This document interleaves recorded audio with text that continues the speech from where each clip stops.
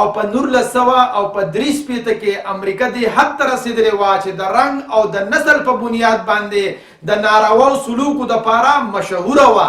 په دغه وخت کې د یو ځوان په ذهن کې دا خیال پیدا شو چې ولې په امریکا کې یو ته ښه او بل ته بد کتی شي. نو دې خیال او سوچ د یو سیول رایټس موومنټ شکل اختیار کړ او دا سیول رایټس موومنټ د ګولډن سرکل او د لا آف ډیفیوژن یو مثال جوړ شو او د دغه انسان او ځوان نوم ډاکټر مارټن لوتر کینګ وو. د خدای دپاره پښتنو سانونه وپېژنئ، ستاسو دپاره خو به ځان له پیغمبر نه راځي. بسم الله الرحمن الرحیم. خلکو ته داسې یو څیز وښایه چې په هغې باندې هغې یقین لري.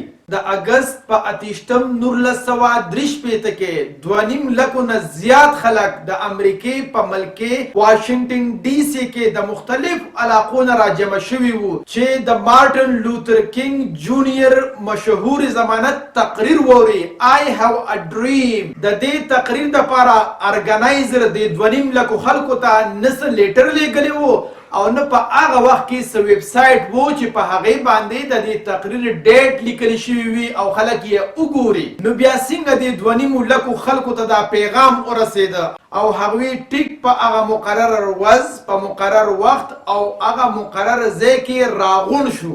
نو د دې شروع هغه وخت کې شوې وه چې په 1960 کې په امریکا کې د رنګ او د نسل په بنیاد به انسانانو سره ناروا سلوکونه کېدل او هغه بالکل په پیک باندې وو. او په 1943 کې امریکا دې حد ته رسېدلې وه چې د رنګ او د نسل په بنیاد باندې د نارواو سلوکو دپاره مشهوره وه.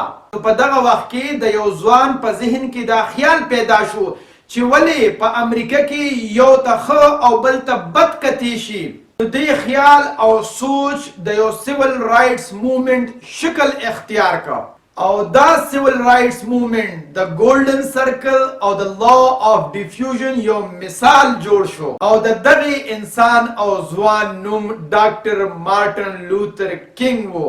خو ولې صرف ډاکټر مارټن لوتر کینګ د سیول رایټس موومنټ دپاره هلې ځلې نه کولې بلکې نور هم بې شمېره خلکو د سیول رایټس موومنټ دپاره خپل کوششونه کړي وو.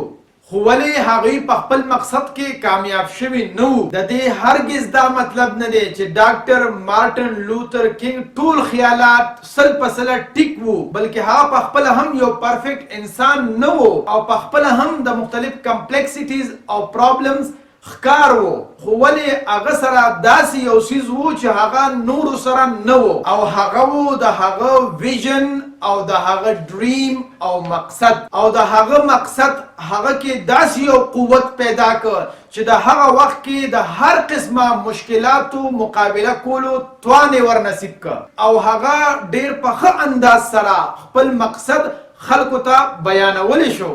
ولې نورو خلکو یا خپل مقصد ډیر په واضحه الفاظو کې بیانولی نه شو یا د مختلف شکستو نه وروستو هغوی همت بیله ځکه چې شکست خو ډیر تکلیف ده څیز دی که نه.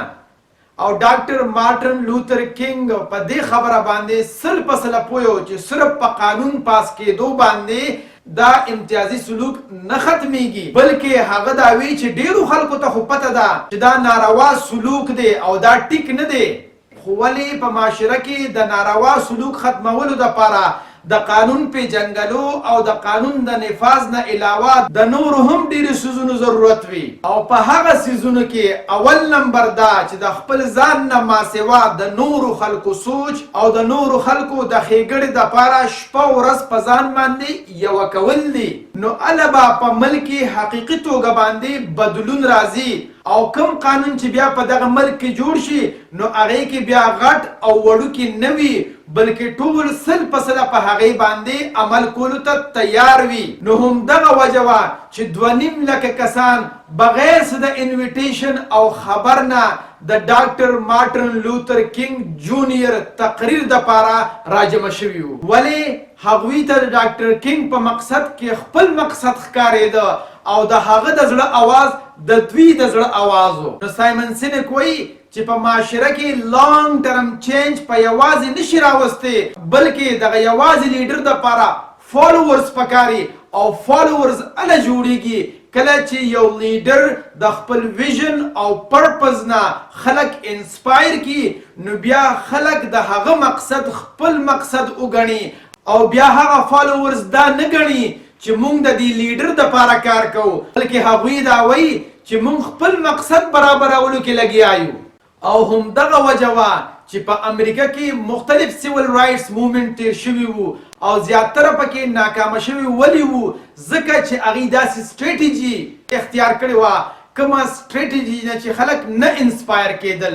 لکه بعضې خلکو د وایلنس لاره اختیار کړې وه او بعضې خلکو به صرف د صبر تلقین کولو. نو دغه ټول څیزونه د ډاکټر کینګ مخې ته وو، ځکه خو هغه خپل ویژن او پرپز په داسې انداز سره پیش کړ چې هغه د خلکو زړونه وګټل او د هغه تقریر یو تاریخ رقم کو او نن هم خلک په دې نوم باندې یادوي چې I have a dream, I have a dream, I have a dream.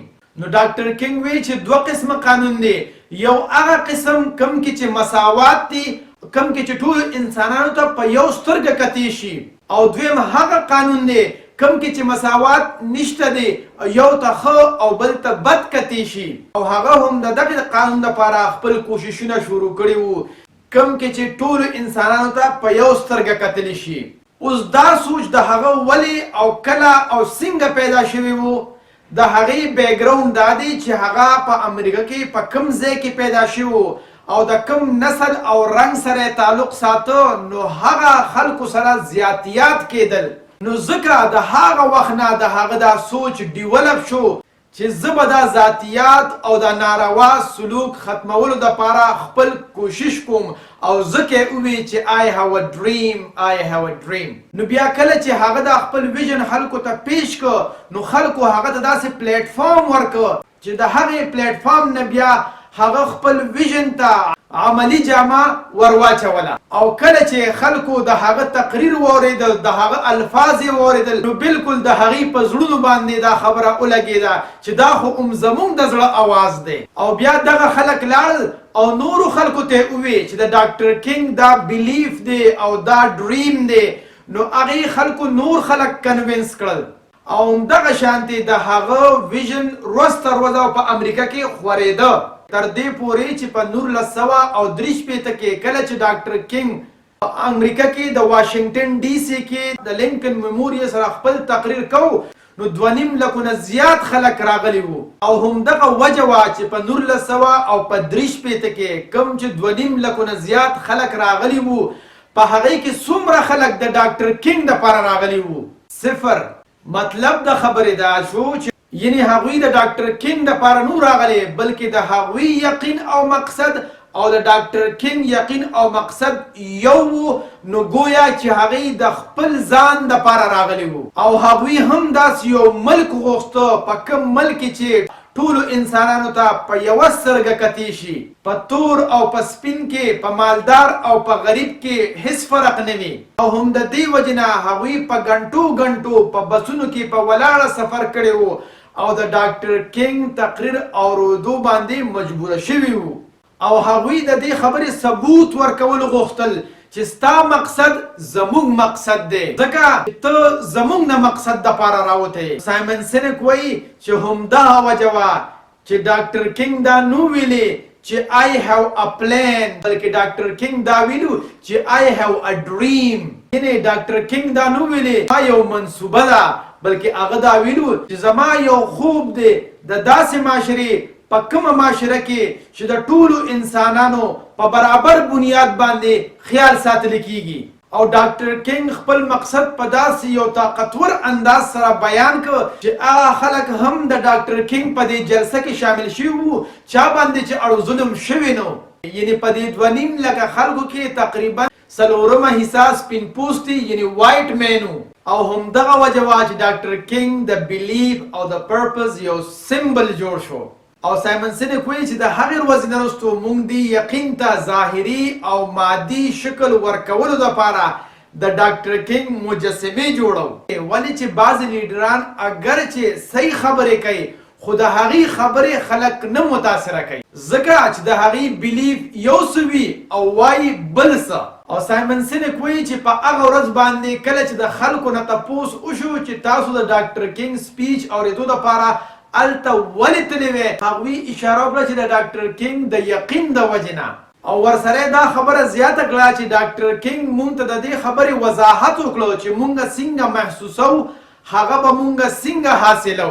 یعنې هغه خپل مقصد او ویژن له داسې یو ژبه ورکړله چې د هغې نه مونږ متاثره شو او هغې مونږ ته یو لاره وښوده.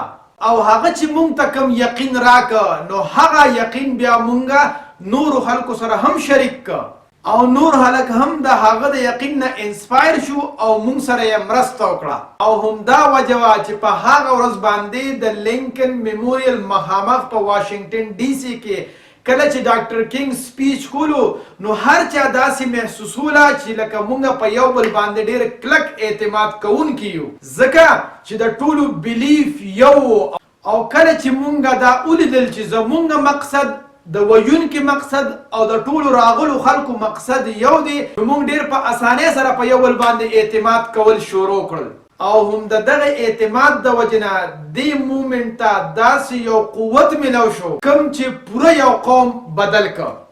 او بیا د هغوی ناره د I have a dream په ځای باندې we have a dream we have a dream we have a dream. یعنې زمونږ د ټولو په شریکه هم دا یقین دی چې دا قوم به بدلو.